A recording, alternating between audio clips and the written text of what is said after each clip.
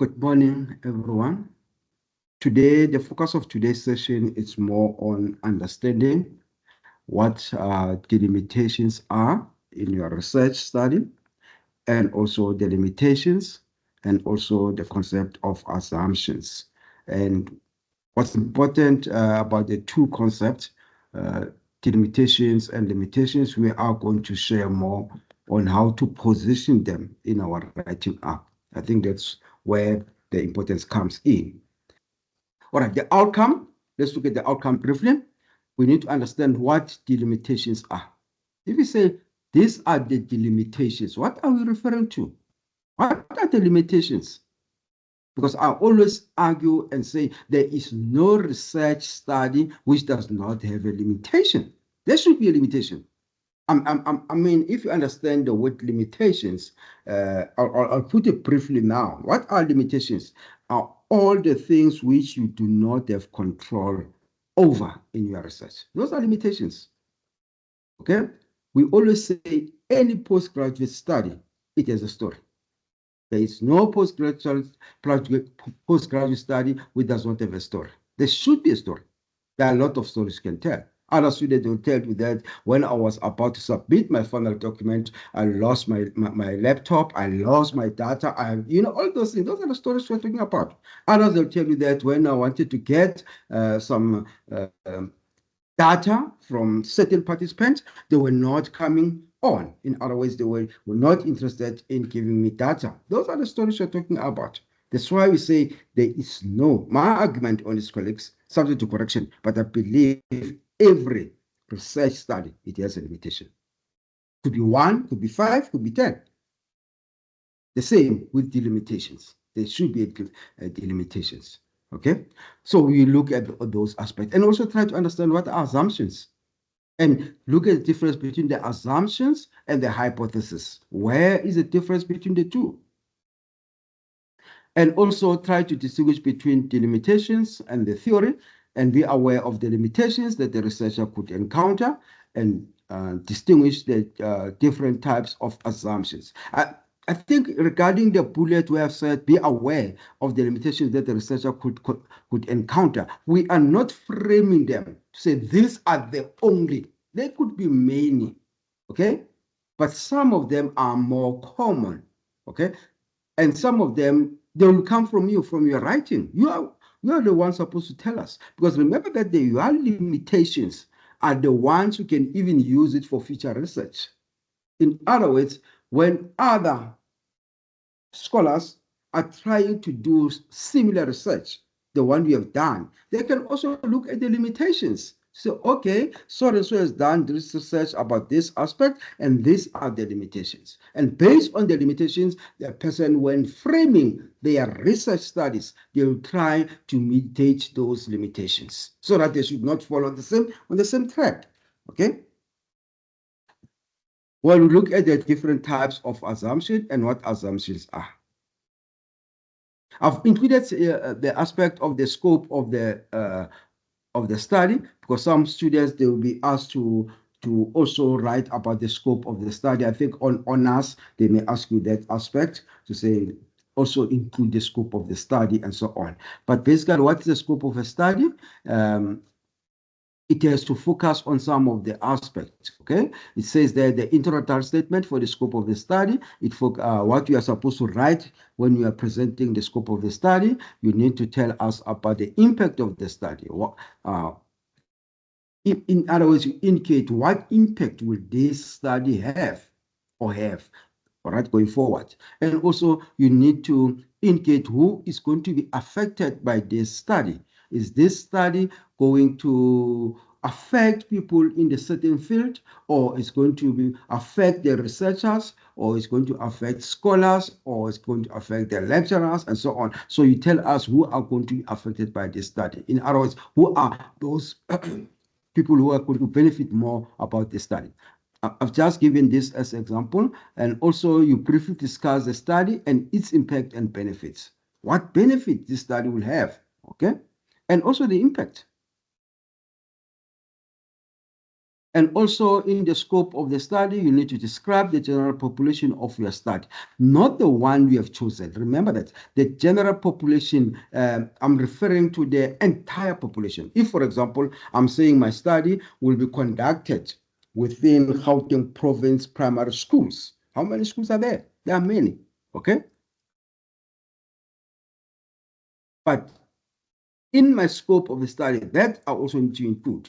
Then from there, I need to narrow it down, okay, to the respondent you have chosen in the section of your population. For example, if there are so many primary schools in Gauteng province, how many schools will I focus on? Then I can maybe narrow it down to a district. Then it's going to be easy for me to have a little downgraded number of their population. We'll also include the research timeline. In this timeline, schedule aspects such as the implementation, the distribution, and the tabulation analysis of your data.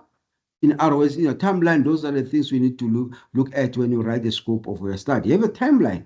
When are you going to collect data? When are you going to analyze that data? How are you going to distribute the data collection instrument and so on? Those are the timeline which also need when you write the scope of the study.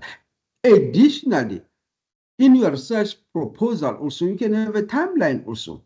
I think we spoke about that in our first workshop, where we spoke about the outline of a research proposal.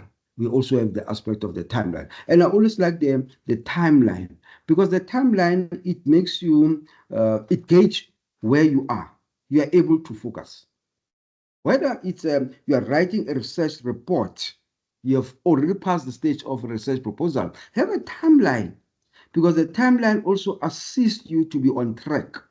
If, for example, we are saying now it's July, let's say maybe in this quarter, which is, let's say it was May, June, July. You have other aspects you have put in your timeline there in your research report. Whether if you are writing research reports in that timeline, we have said in these 3 months, these are the things I want to do. You are able to go back and say, okay, May, I've said I want to do this and that and that. June, I've said I want to do this and that. July, I'm intending to do this and that. Let me go back and check the 2 previous months, May and June. How far am I? Was I able to attain those outcomes which I've put in my timeline, so that you are able to correct yourself? And when you start to have a timeline, and you spend maybe almost 4 months doing nothing around the timeline, that's a problem. It says there's something which is not going well on in this research study. It's what I see with most of my students most of the time. You receive this writing, after some time you don't get anything. Sometimes it's quiet. Then when it comes, you find that the previous months there was nothing going on. Well, maybe behind the scene there was something going on. Let me not judge my student. But it's better if it's 1 month you submit, the other month you get feedback. Then at least you are able to progress so well in your research as per your timeline. Okay. I think we need also to look at understanding what delimitation of the study is. There are various authors who define this concept. Well, I've picked up a few of them, but Creswell described delimitation as parameters that assist the researcher in establishing boundaries. In other words, delimitations, they have to do with boundaries, exceptions, and also reservations and qualifications that are inherent to the study. I like the word exception and boundaries. And when you look at the word exception and boundaries, in other words, your study, it has these boundaries. It can't go beyond that. All right? And it already tells you that in regards to delimitations, you have controls. Delimitations, you have control over them because there are boundaries, there are exceptions. If, let's say, I'm doing this type of a study, okay?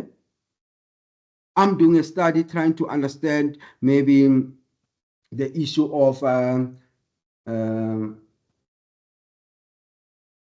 the perception of educators insofar as corporal punishment is concerned within Gauteng province. Those are the boundaries. In other words, my study focused more on corporal punishment within the boundaries of Gauteng province. I don't go beyond. That's a delimitation. So it means I have a control over that. I'm the one who decided to come with these research studies. That's why we say delimitations, we have control over them. Another aspect which we need to understand about delimitation, I think it says there, delimitations are always characterized as shortcomings that could place restriction either on methodology and conclusion. Hence, the notion that the findings could not be generalized. We always use this concept to say the findings of this study cannot be generalized. Why? Because there are shortcomings, because there are exceptions, because there are boundaries. In other words, this study focused only on this aspect within this context. If I want to understand corporal punishment within Gauteng province, it means I cannot generalize to say my outcome or my results, all those aspects are applicable to other provinces. Because my study has a limitation, it has a delimitation. So that's why we always use the word generalization. Cannot be generalized, okay? And also, delimitation are those characteristics that limit the scope and define the boundaries of your study. The limitations are in your control. I've spoken about that one. Though your delimitations are all the things which you can control. For example, methodology. You are the one we've chosen to say in this study, because I want to understand the perception of educators insofar as corporal punishment in Gauteng province is concerned. So I'm the one we've chosen this methodology, which is qualitative. In other words, I have a control over it. The limiting factors can include the choice of objectives, the research questions, the variable of interest, theoretical perspective that you have adopted, study samples, and population you choose to investigate. Delimitation further refers to the boundaries of the research study arising from the researcher's decision of what to exclude. So, if we have this understanding about the concept delimitation, so what does it say? It says, where can I position my delimitation in my different research levels? Remember that we have two of them. One is your research proposal.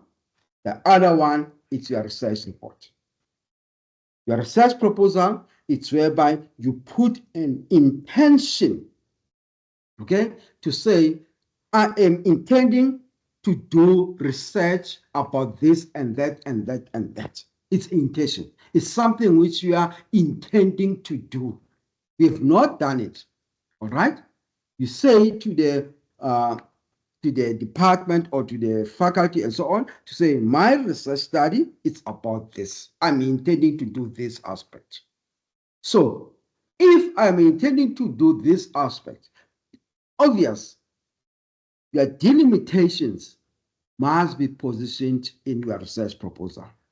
That's why most of the time you find that, like we are saying, that your research proposal is your first chapter.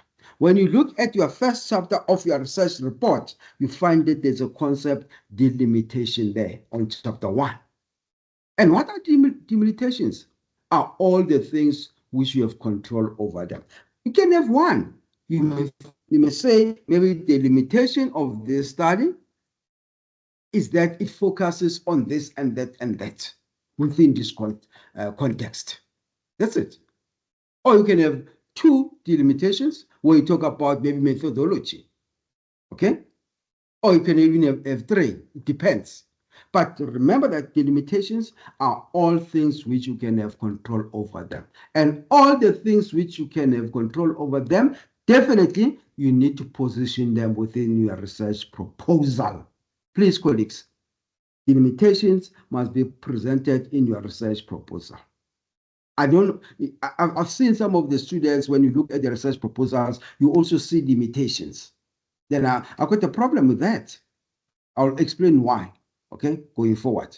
But if I have an example like this one, I think I've put an example there when I wanted to show a little bit of the writing up there. Then I've said the limitations are what you are going to study or what your study will focus on. That's one of the delimitation. Maybe you can put your delimitation around your research title. That the other one I've spoken about the methodology as an example. The research title. Let's look at this as an example of the research title. Let's assume that your research title is about the perception of the school governing bodies on learners bullying. It's a case study. It's a case of Tshwane North District in Gauteng Province. That's a research title. So based on this research title, when I write my research proposal or in my chapter 1 of my research report, then I'll have a delimitation there. The delimitation can read as follows. The delimitation of this research study is that it focuses only on learners within Tshwane North District of Gauteng Province, while learner bullying is experienced by most of the learners across the 15th district in Gauteng Province.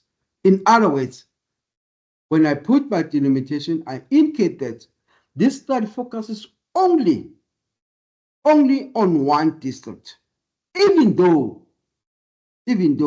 the aspect of learner bullying, it happens across almost all the districts. Then I've counted the district, I said 15 districts. But then I'll come with a concept where I'll say maybe the results of the studies cannot be generalized because it focuses only on one district. So it's clear that my delimitation, it's about the focus of the study, which focuses only on one district instead of the other 15 districts. Delimitation are all the exclusion in your study.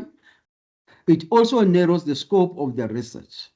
In other words now, because your research is focusing on certain perimeters, it becomes more narrowed, like we have done with that example, to say this research title or this study focuses only on one district. So the scope is more narrowed. I'm not looking at other districts. I'm looking at this district only. Population, it narrows it down by explaining why you have chosen specific respondent in your research. You can also include the sampling methods that you have used. I think we've spoken about that one, the methodology as a delimitation. You can also include population as a delimitation, okay? Also include if you were able to come up with a number of respondents that you took from the population of your study. Muzi, you have raised your hand. You can go for it now. Yes, good day, Doctor and my colleagues. Morning.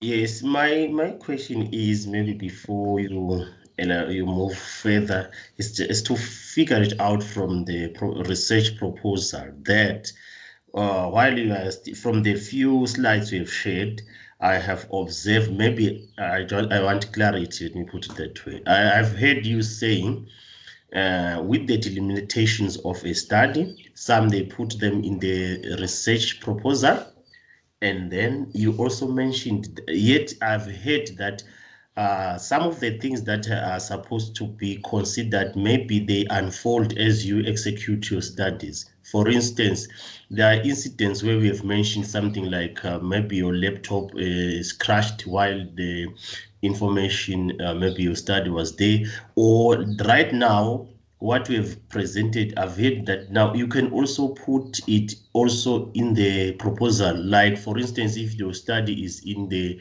Manzini Republic, let me make an example of Manzini region, where we are looking at the implementation maybe of inclusive education in the Manzini region in Eswatini. So in that case, you can also, is it possible that you can put that delimitation in your proposal, like stating the issue of only focusing in the Manzini region, public primary schools, urban schools, like you have said, the population sampling and maybe the methodology. Okay. The first part, I agree with you. Remember that your delimitation are all the things which are in control. You have control over them. Your delimitation, the first delimitation, which you can include in your research proposal, is to say this research focuses only on schools around Manzini insofar as inclusive education is concerned. That's a delimitation. You can also go further if you want to put other delimitations. Maybe we can also talk about methodology. Maybe we can also have a delimitation about population. In other words, if I have methodology, I have population, and I also have the focus of the study. Basically, I have three delimitations here. In other words, remember that you have delimitations in your research proposal. You put them in a point form. Those are the points. You don't have to write paragraphs. All right? In other words, what I'm trying to say, delimitation can take different angles. You may have a delimitation where you position your research title. For example, to say the study focuses only on area of Manzini insofar as inclusive education is concerned. It's the first delimitation. You can also formulate a delimitation regarding the methodology. If your methodology is quantitative, you can indicate there to say one of the delimitation is that the study focuses only on quantitative methodology. Then you can also have another delimitation in regards to population and so on. Okay, remember that now, delimitations, it's what I'm focusing on now, are all the things which you have control over them. And those are the things can appear in your research proposal because you have control over them. Then we have what you call limitations. Limitations are all things which you do not have control over them. So you cannot put your limitations under your research proposal. Because if you start to put the limitations under your research proposal, let's say, for example, one limitation is say, when I was conducting my research, I lost my data. In other words, what you are saying to me, that's my argument, colleagues. That's my argument. You are saying to me, you are preempting that this will happen. So if you put it under research proposal, it means you are preempting. You are foreseeing that this will happen, which I don't agree with. But if, for example, you write your research proposal with all those delimitations, then they accept it, then they give you ethical clearance, then you start to do your research report. As you are going through the process of doing your research report, you realize that maybe towards when you are about to submit your final document, you lost your data. Then you note it down. That's the first limitation. Then you put it under a limitation. In other words, it's going to come in your research proposal as a limitation. That's why if you look at the limitations in most of the studies, I'm not sure, colleagues, if you managed to look at some of the completed theses. If you look at the first chapter, whether it could be master's or PhD and so on, if you look at the first chapter, you have what you call delimitation there in the first chapter. Why? Because that first chapter, it comes from your research proposal. That's why you have delimitation there. Then when you go to chapter 3, most of the time, your PhD definitely could be chapter 4 or 5. In your research methodology, somehow, when you talk about piloting and all of those things, then you start to see the word limitations. And again, delimitations. But remember that the delimitation which appears on your chapter 1 of your research proposal of your research proposal is not the same like the one which appears on the chapter 3 on your research proposal. Okay? So now, when you look at your chapter 3, you see the concept delimitations and limitations. What I want to argue, in your chapter 1, you won't see the word limitations. Yes, when you're doing your honors, those who are doing honors, definitely they'll ask you to write about limitations and delimitation. Why? Because they want you to understand the concept in detail. Remember that it's just an assignment. Okay? But when you start to write for your masters, definitely the concept of limitation don't come under chapter 1. Because once I see it in chapter 1, it means that you have preempted. And once I see it again on your research proposal, it means that you are preempting. In other words, you are saying to me, this will happen if you write under research proposal. What will happen if that thing does not happen? I'll make an example now, another example. Thanks for asking that, music. Another one I want to come up with now. We spoke about gatekeeping. Remember when we were talking about the indigenous communities? One of the concepts is gatekeeping. Gatekeeping can also be a limitation. If you say to me in your research proposal, there was a gatekeeping in regards to data collection, in your research proposal, what do you mean? You are still writing a proposal. It's an intention. So how do you know that there will be gatekeeping? It means you took someone's, you read somewhere, then you just put it in your work. But if I see under limitation in your research report now, then you tell me one of the aspects in regards to limitation was gatekeeping, then you explain what happened there. Then I'll know that you have done a proper research. Because as you are doing your research, you realize that you are not able to get more data from the participants because there were a lot of gatekeeping. And it does happen most of the time, is it? Okay. So I think having said that, we are now an understanding what's the difference between the two, limitations and delimitations. Limitations are all the things which you do not have control over them. Those are the things which are going to happen as you are working on your research after you have been given ethical clearance. Then you note all those things. Maybe it's a matter of, like I've said, maybe it's a matter of cost. As you are working on your research report, you realize that you did spend a lot of money on it. Then you can put cost as a limitation.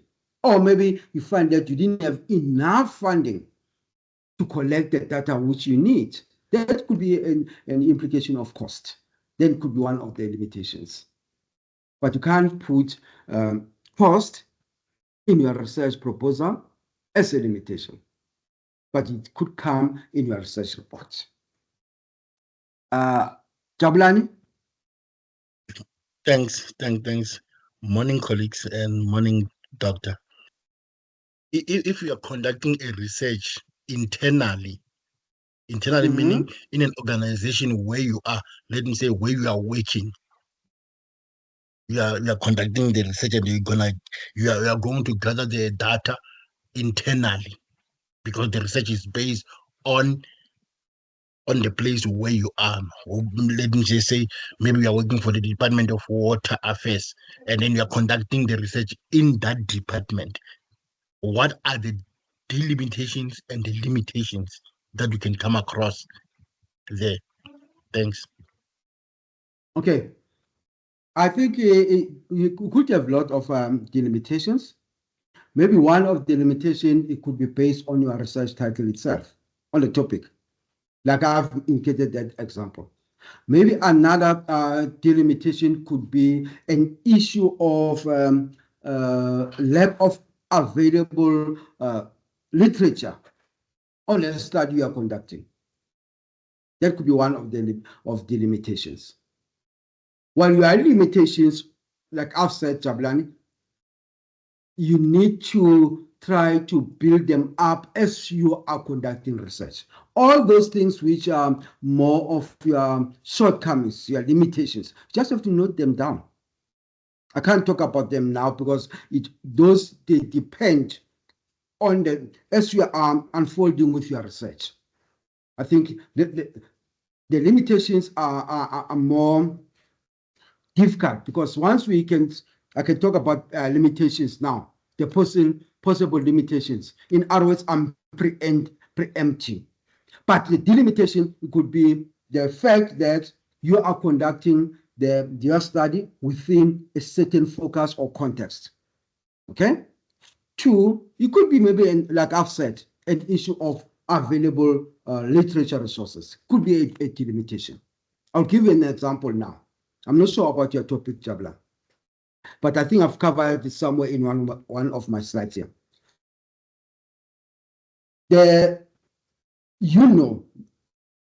For instance, we have at schools most of the time.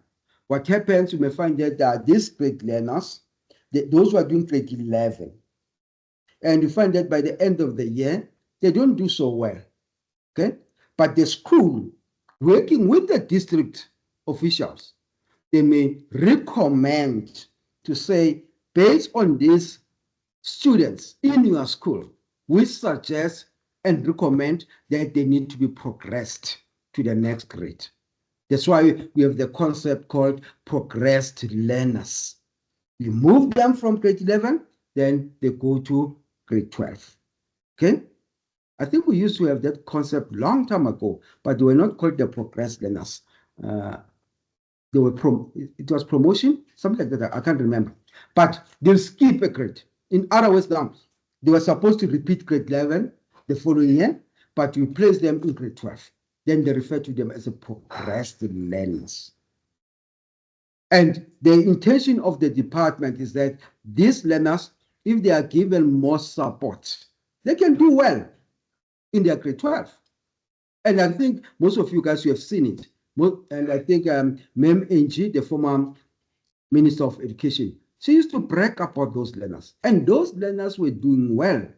And most of them, they were even getting bachelors. Think about if you have kept them in grade 11. In other words, they could have delayed with a year. But now, because they have become progressed learners. So if you do a study or research around those type of learners, you may find that there's not so much resources or literature available within the South African context. And that could be a delimitation. To say the limitation is on the limitation, it could be on the fact of there not being no much available literature. That could be a limitation. So not a delimitation, could be a limitation. Okay? So when you are conducting now your research report, you are writing your research, you can include that as a limitation. Because definitely, now you are writing your research report up, then you realize that there is not much literature available. Yes, there is international literature available, but within the South African context, there is not much literature available. Or there's no literature available, basically. I'm not sure now. All right, you can get only circulars and all those things. But the published literature, like for example, articles or books, you may find that within the South African context they are very limited. Then becomes a limitation. But in your literature section, you may find that your literature study or your literature review is based more on global literature about the topic itself of progressed learners.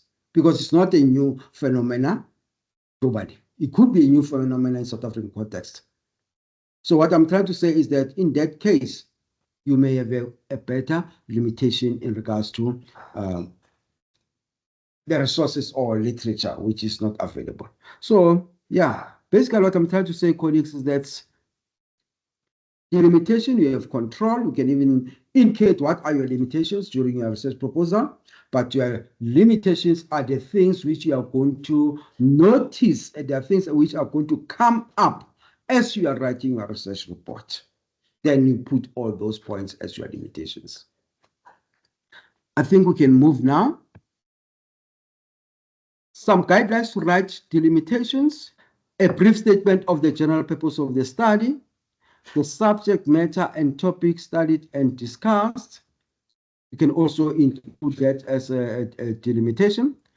The location of the study, where the data were gathered, or the entity to which the data belong. I think in your case, I think it's Muzi, you've brought something about Manzini. That could be part of a limitation in delimitation in a study, where you focus on the area or the context from which the data or the study was conducted. Can also come from the population from which the respondents were selected. This must be large enough to make generalizations to be more significant. The period of the study, this is the time, either months or years, during which the data were gathered. In other words, remember that your delimitation, like we are saying, are all the things which are in your control, so you can also position them better in your research proposal.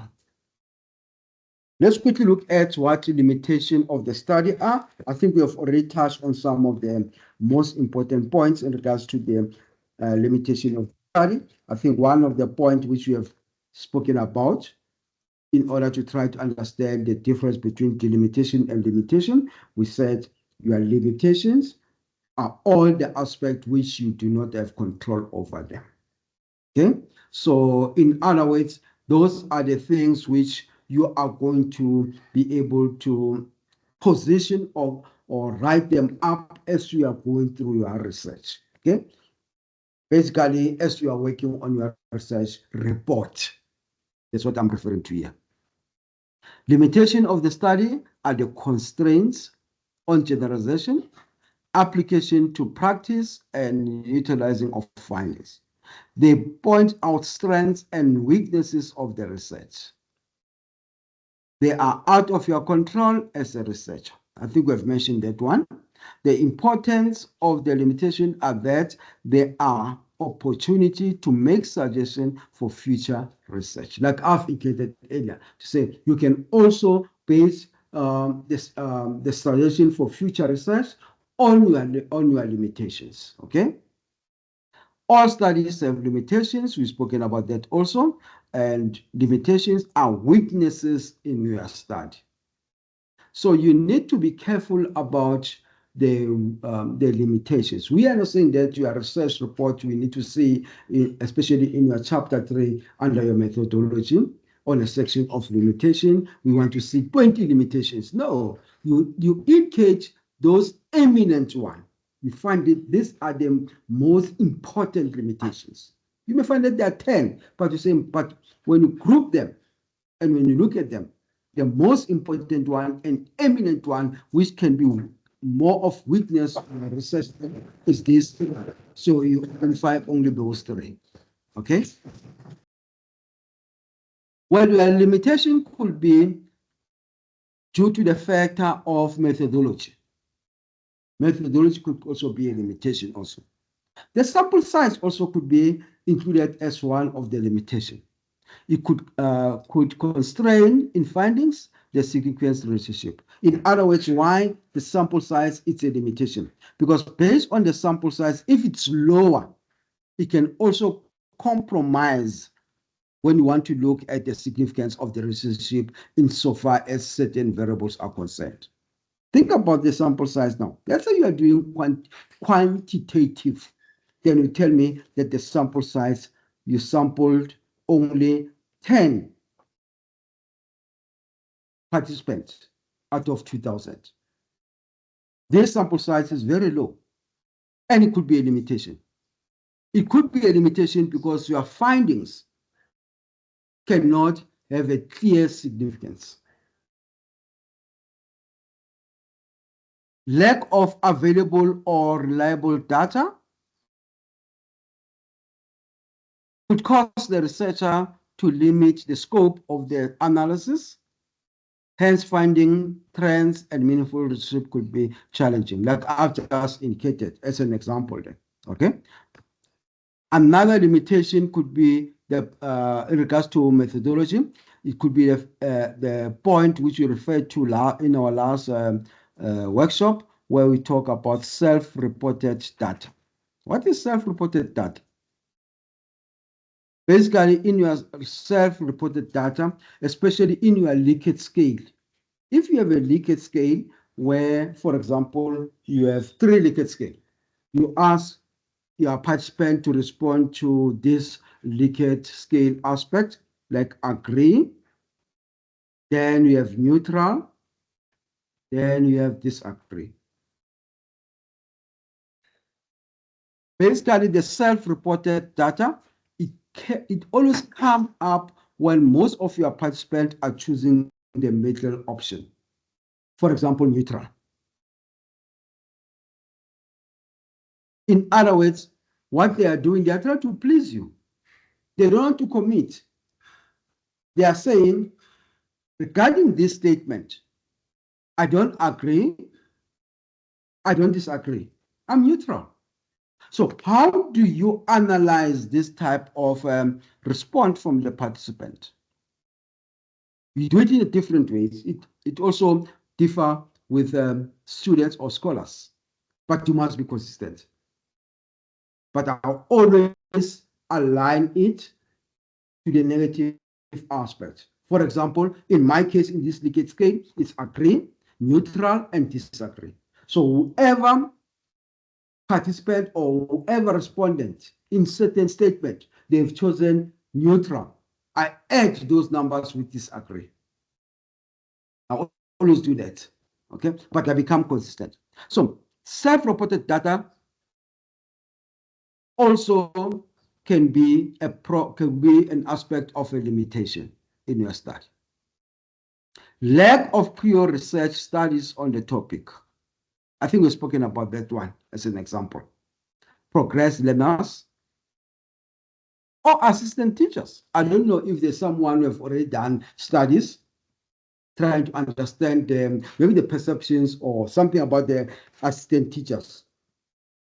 I think some students are starting to do research around that now because you have a lot of assistant teachers. So there could be some research coming around that. Okay. So I think those are the few aspects which I can mention here. The other limitation could be a factor of access. We've spoken about that one. Gatekeeping and so on could be a limitation. In case whereby your study depends on having access to people or organization or documents. In other words, accessibility could be a limitation also, because you may find that you are not able to source certain documents or you are not able to reach some of your participants because of the issue of accessibility. That could be, it can also include the issue of gatekeeping there. Maybe it's an issue of longitudinal effects. Ensure that the problem you have chosen doesn't require an excessive amount of time. Maybe another limitation could be based on culture, all right, and other types of bias. Remember that if, for example, I'm doing a study and my study is based on understanding maybe the aspect related to a certain cultural aspect or certain cultural procedure, okay? Maybe I want to understand what's happening to these youngsters when they go to, we used to call them the mountains, when they go to initiation. That could be a limitation in regards to culture, because there are some of the information which I'm not going to get from them because they have cultural connotations and some of the aspects could not be shared. And that could be a limitation also. I'm not sure if I go to deeper, try to understand that process of initiation from the teachers and so on. Maybe I could get it, but I don't think you'll get most of the things which you want to know about this process of initiation. There are things which have been kept, you know, and no one will share with you. But the other limitation could be an issue of language. If, for example, I'm trying to understand maybe how some of our brothers from other countries are able to conduct their small and medium enterprises within the South African context. And I want to do maybe a form of a qualitative study.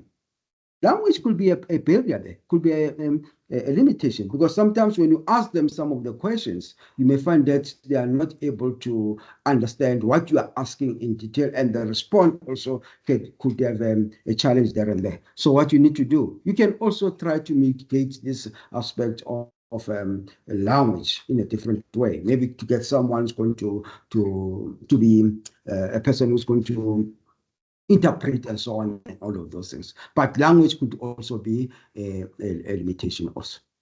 So all these aspects, they can come up in your writing up when you do your limitations. Okay.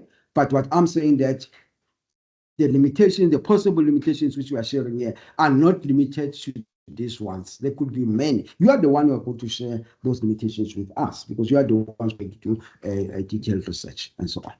When I've started with this concept of delimitation and limitation, I've said, I argue, okay? If I say that's my argument, well, other scholars, other supervisors, they may have counter argument, but my argument still stands. My argument is that for me, if the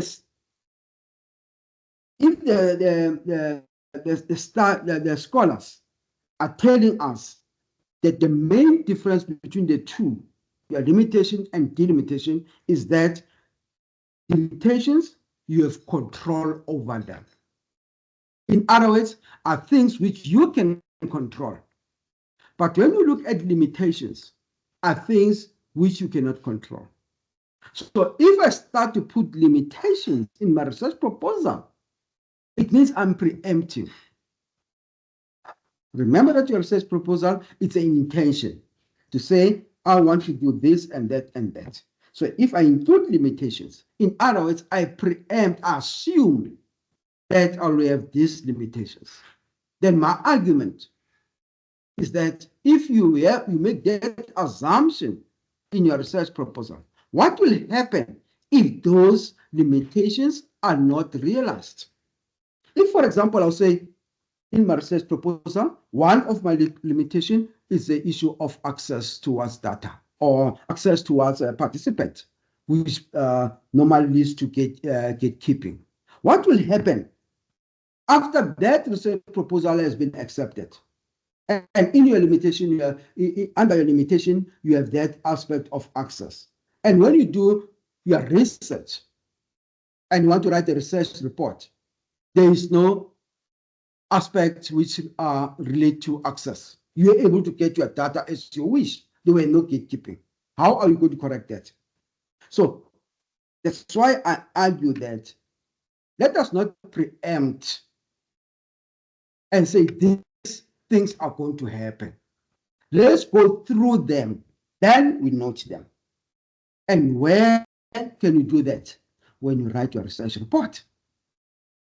To say one of the challenge which I had, or one of the limitation which I had, it was an issue of cost. I was not able to collect data as I wish. Let's say, for example, your study, you said you are going to do your study in 30 primary schools.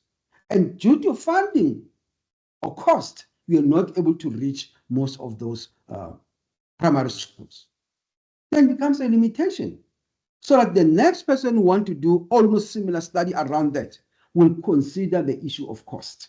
Say, I need to make sure that if I want to expand my research study, I also need to look at the aspect of the cost, because the other scholar could not collect data in all the primary school because it was more costly. So it becomes a more good limitations. Okay, but in that case, what I could say,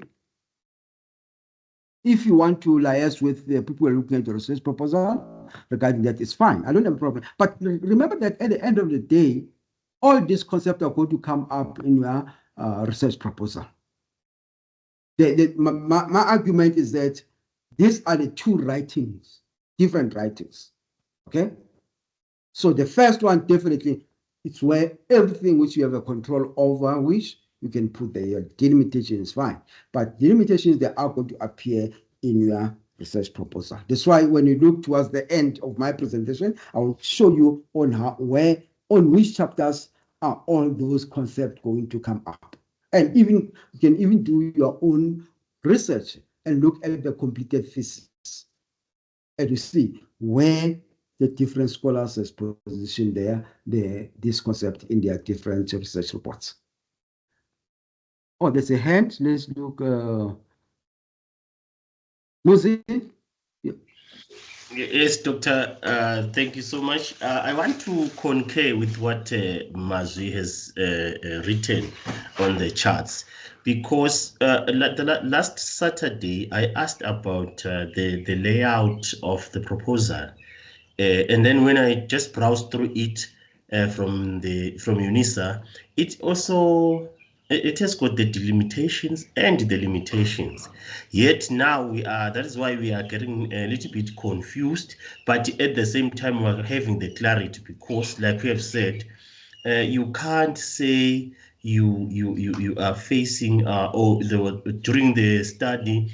Actually, in your proposal, you say there's a lack of literature, because that simply means whatever you will present there, maybe I would refer to it as common sense, because now you don't have your sources, you won't have your background, you won't have your underpinning of your study. So I think here, thanks for the clarity, Doctor. Now I can see that with the proposal, the limitations there, they are by fractions, because actually you are not supposed to have them in the proposal, as we have said, because of certain errors that might unpay. Actually, your writing will be like, it won't have mass. That's how I can put it. No, thank you for that, Muzi.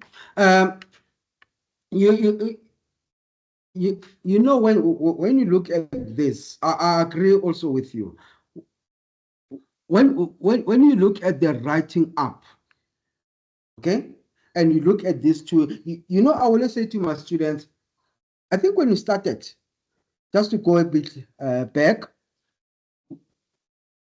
I've tried to give a distinction between these two documents: research report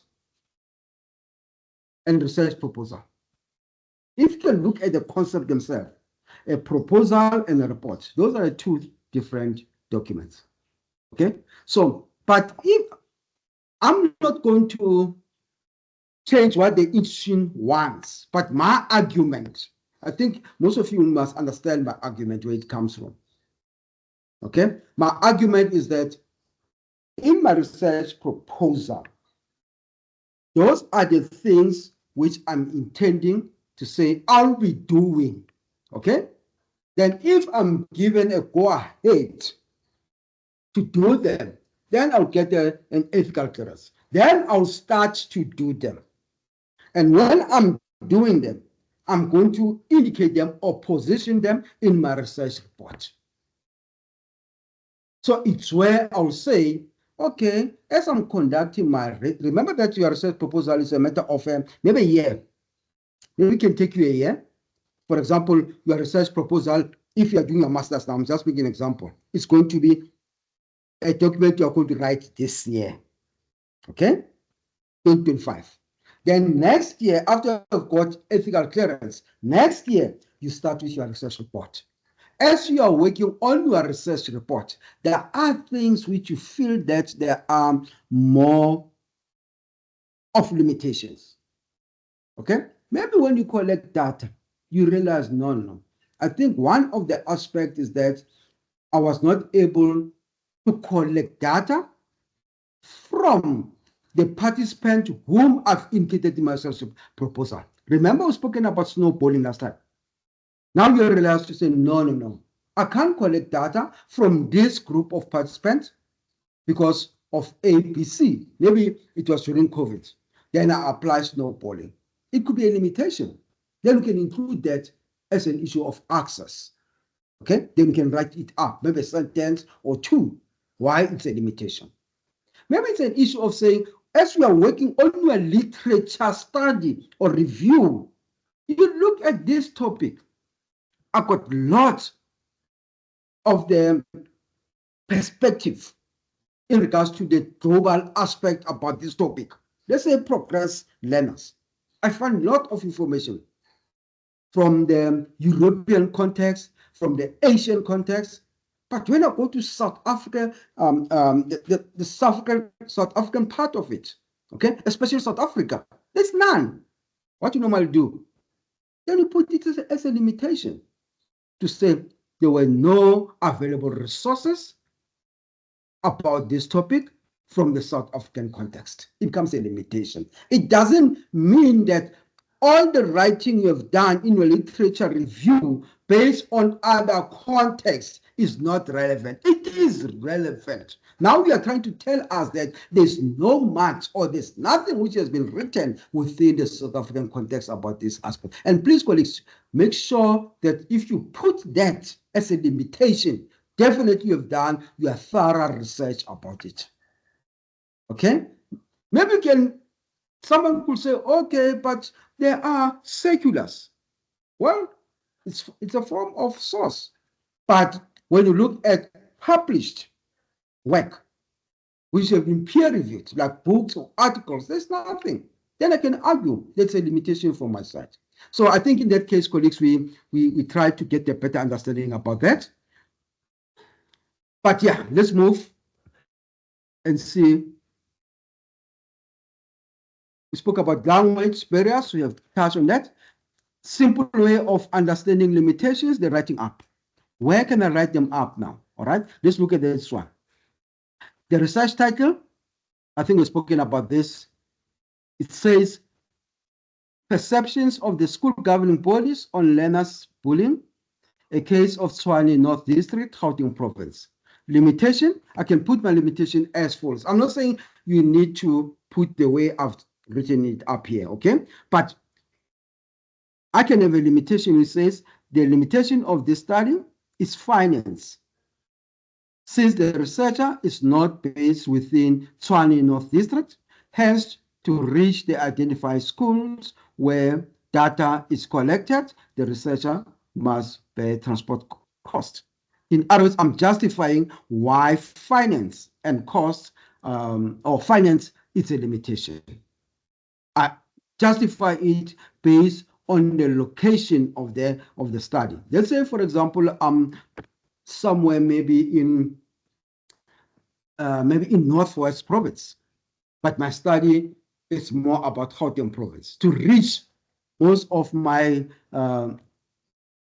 participants, I have to travel, so it becomes a limitation. You may have your own limitation, colleagues. I'm not trying to say this is the only limitation. There could be many limitations, okay? But make sure that you, like I've said earlier, you indicate the prominent limitations. Others are just, you can overlook them, but there are other limitations you cannot overlook them, especially if they are going to compromise your research study. What's the difference between delimitation and limitations? Briefly, I think we have touched on this. Delimitations are features that can be controlled. We've spoken about that one. E.g., your research problem, research question, methodology, you can control that one. But limitations, they can't be totally controlled. There are weaknesses related to decisions made in the study. Delimitation, they aim to narrow the scope of the study, e.g., the experiential research and so on. They are difficult to contain. Those are the limitations. They need to exist for your study to be valid, essential, credible, and also the issue of trustworthiness in regards to the representative of sample. So it's one thing with the limitations. I've seen that students, most of the time, they don't want to include limitations in their study. And they feel that if they include limitations in their study or in their research become not valid, okay? And their research end up not having any credibility. But I'm telling you, having limitations, you are also assisting future researchers to say when they conduct almost similar study like yours, these are the things they need to look up to. Okay? Okay, let's quickly look at assumptions. There are different types of assumptions. Okay, maybe I think this slide should have come after we understand what assumptions are, but let's go through it now. There are universal assumptions. You know, those are the assumptions which are there. Everyone knows about those assumptions. And those are the beliefs that are assumed to be true by a large part of society. And we refer to them as universal assumptions, though it is not possible to test such assumptions. Look at this as an example. I'm just giving up my own example, colleagues. For example, a belief that there is a supernatural power which governs this universe. It's a universal assumption that all of us will have been governed by a supernatural power. Okay? And when you look at that assumption, if someone can ask, has that assumption been tested? Well, I don't know. But I also believe in that there's a supernatural power which governs all of us across the universe. It's a universal assumption. Assumptions which are sometimes based on theories. And those are the assumptions which we relate to them to certain theories. I think we've spoken about theoretical framework last week in detail. For example, an assumption to say, which is based on the theory, to say in regards to the theory of insanity, if you do the same thing the same way, you are going to get the same results. It's just an assumption which is based on a certain theory. And that theory does exist, by the way, because it has been tested. Assumption needed to conduct the research. Those are the common sense assumptions developed to conduct a certain research study. Okay? In other words, you base your research study on a certain assumption. For example, I'm just coming up with this one to say diabetic disease is more common amongst males as compared to females. I'm not sure if that has been tested already. If it has not been tested, it's still an assumption. Well, maybe those who are in science, they will say, no, welcome, you're wrong. That has been tested a long time ago. I don't know. Okay. We also have assumptions which we refer to them as warranted assumptions. These are stated along with evidence to support. E.g., right? Praying regular brings success since it boosts morale. I think that's an assumption we are having correct, isn't it? So when you pray, definitely things are going to work in a different way. Well, others can attest to that, okay? Because of certain evidence and all of those. But there are unwarranted assumptions. These are stated without any supportive evidence. For example, God exists everywhere in the universe. Well, basically, we need to have assumptions for our studies, okay? And those assumptions, we hope, as you are going through your study, it needs to be tested, okay? But there's nothing wrong to put assumptions under your study. There's nothing wrong with that, okay? Assumptions are preconceived ideas or conclusions. They guide our research. They tend to drive our curiosity. We become more curious. If, for example, I put an assumption to say, for instance, if you attend this acolyte classes or session every weekend, your writing up is going to be up to standard. That's an assumption, okay? That's an assumption. And that assumption, for it to become a reality, it must be tested. They tend to drive the whole idea of our study. We do not need certain assumptions to develop our research ideas or proposals. Why is there a need to acknowledge assumptions? So that we ensure that if the writer and the reader are on the same page. You want to make sure that you, as a writer and the reader, you are on the same page. What are assumptions? I think I've spoken about that one. A way of seeing things, a filter for one's perception, a framework of thoughts or beliefs through which one's world or reality is interpreted, an example used to define a phenomenon. While various authors, they define the concept as assumption. Let's look at this author. Definition of assumption: part of a study design you cannot control that must be true for the study to be valid. For example, you can control whether your sample or population is appropriate. Okay? It's good. I can look at my sample. I can also look at my population to check if the correct or appropriate sample or population. But you cannot control if the selected population are the right people who are going to give you the information which you need. The population or the sample could be correct and appropriate, but there's no guarantee that the information which you need is going to come from the population. Assumption is something which we presume it will be true. Assumption criteria as basis for believing to be true relates to procedure not controllable by a researcher. What are the difference between assumptions and hypotheses? Okay, I think, remember that in regards to hypothesis, we said we use two common hypotheses, is it? All right. The first one of the hypothesis is whereby we denote it by HO.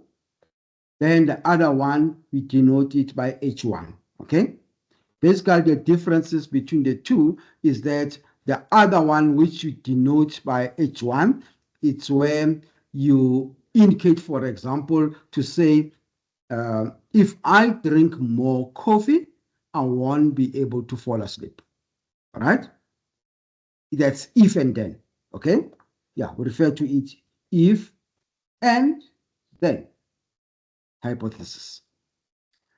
So the difference between assumptions and hypothesis is that when you look at the hypothesis, it's a prediction. You predict. For example, I've just made an example of a prediction here to say, if I drink too much coffee in the evening, it means it can lead me not to fall asleep. It's a prediction. You just predict. Yeah, and that can be tested, by the way. I think, yeah, it could be tested. Another aspect about hypothesis, it can be statistically tested and may be accepted or rejected. It's what I've just said now. Hypotheses, they predict a relation between variables and statistically tested to conclude the study. But assumptions, those are the beliefs or ideas that hold to be true. In other words, assumptions are just beliefs. A belief, for example, the universal assumption that there's something which is more profound. There's a supernatural aspect which holds us all in the universe. It's just a belief. Other people, they have a counter argument around that, okay? But a hypothesis is something you can predict. Assumptions with little or no evidence and not statistically tested. In other words, assumptions, they are not tested. There is no evidence around it. Well, the writings tells us, it tells us there. Maybe we need to believe the writings. Researchers attempt to discover their correction and so on. I want us to spend more time on this exercise, and I'm happy for a change, I'll be able to spend more time on this exercise. Let's see, what are we supposed to look at in this exercise? Here is an example of a research question. It's a very long research question, is it? It says, to what extent are social relationships between selected high school students those who are going through graduation years of 2017 to 2020 at the X school in Tembisa, influenced by the beauty premium, and how does it impact the distribution of trust among students within the social relationships? Colleagues, it's a long research question. You can break it in two, but let's work on it as it is now. Based on this research question, we can define the following terms. All right, let's look at the research questions and try to define some of the terms there. The first term, which we need to get an understanding about, is a term called social relationships. It's any relationship that is between two or more individuals. Okay? Beauty premium as a term also from the research question. Beauty premium, the theory that attractive people are generally regarded as more amicable, trustworthy, intelligent, and thus receive more favorable treatments than less attractive people. Colleagues, please don't take it personally. It's just what Lee and Zoon try to explain what is beauty premium. Okay? Trust, the belief that the person trusted will do what is expected of them.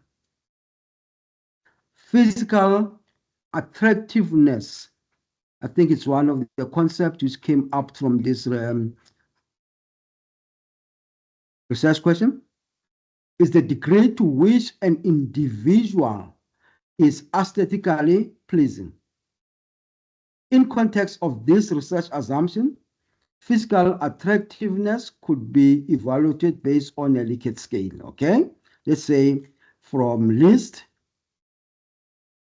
attractive, which could be 1, to more attractive, which is 5. In other words, you can try to determine this concept of attractiveness, okay, based on a Likert scale. So I think as we now understand this concept, we can look at this research question and try to formulate an assumption.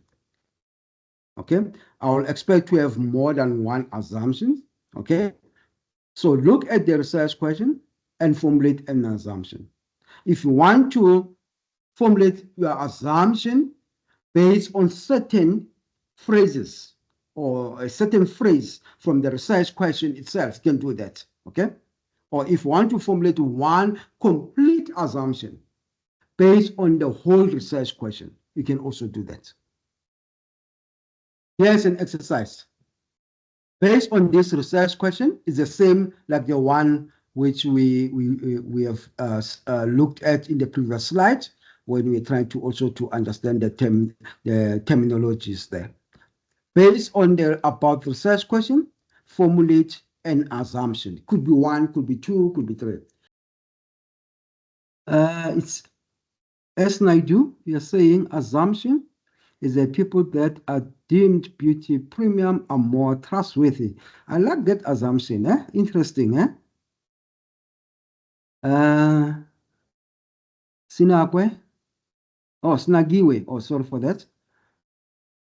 Beautiful people are more attractive. Okay. Don't you think it's an assumption? Okay. Yes, it is. Someone can say a different aspect to that assumption, is it? More than 5% of students in the school have social relationship based on how they look. Okay, we also get stats there. Interesting. Don't you think that percentage is more than that? Okay, most you are saying it was refilled. Okay, most you are saying social relationship is influenced by beauty premium, and it has impact amongst trust in student distribution. Interesting. Another assumption from Buso, there is an assumption that the said high school students are in a social relationship or relationships. Okay, thanks, Mbuso. Normally, you are saying physical attractive people are deemed to be more amicable, and trustworthy in terms of doing what is expected of them. It is a universal assumption. Interesting also, Masemula, you're saying, beautiful people are more trusted than others. What an assumption, eh? Okay. What are you saying, Lebogang here? Students who are considered more physically attractive are more likely to be trusted by their peers. Another interesting assumption. Okay, we can come with many assumptions based on this research question, is it? Okay, but all those assumptions, they can also be challenged. We can challenge as many as we can there. I can put an assumption to say, the researcher, I assume that beauty, I think supposed to be beauty, there's sort of from a spelling there. Premium is applied the same way amongst all ages of high school students. Another assumption is that high school students consider physical attractiveness. I think the other assumption could be to say that high school students, especially in Tembisa, have social relationship with each other. Another assumption could read as follows. As the researcher, I assume that the participants have different standards of beauty. In other words, they view beauty in a different way. But yeah, at the end of the day, colleagues, thanks for sharing your own perspective in regards to these assumptions. I want us to quickly look at the summary of our presentation. I think we can summarize to say the purpose of delimitation is to determine the parameters or scope of the study. In regards to control, there is a level of control over where to draw the boundaries. All right. In other words, we know that in regards to delimitations, there is a control where we can position or locate the delimitation. Most of the time, it's on in chapter 1 and so on. Then the limitations, the purpose is to determine the weakness associated to decision made in the study. The control, it's the point to say it is difficult to control, but some can be addressed in the study. Then we always position or locate it in our chapter 3.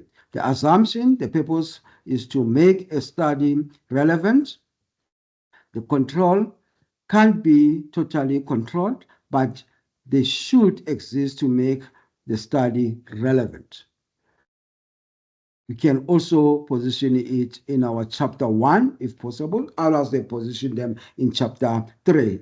I just forgot to put the chapter there, but sometimes you find them in chapter 3 most of the time. Okay, I think those are the few aspects we can say we've touched on for today. Let's close our session a bit earlier, but basically, I think we've covered most of the important aspects in regards to the understanding of the concept of limitation, delimitation, and assumptions. And colleagues, thanks for coming, and we really appreciate your attendance. Thank you, and bye.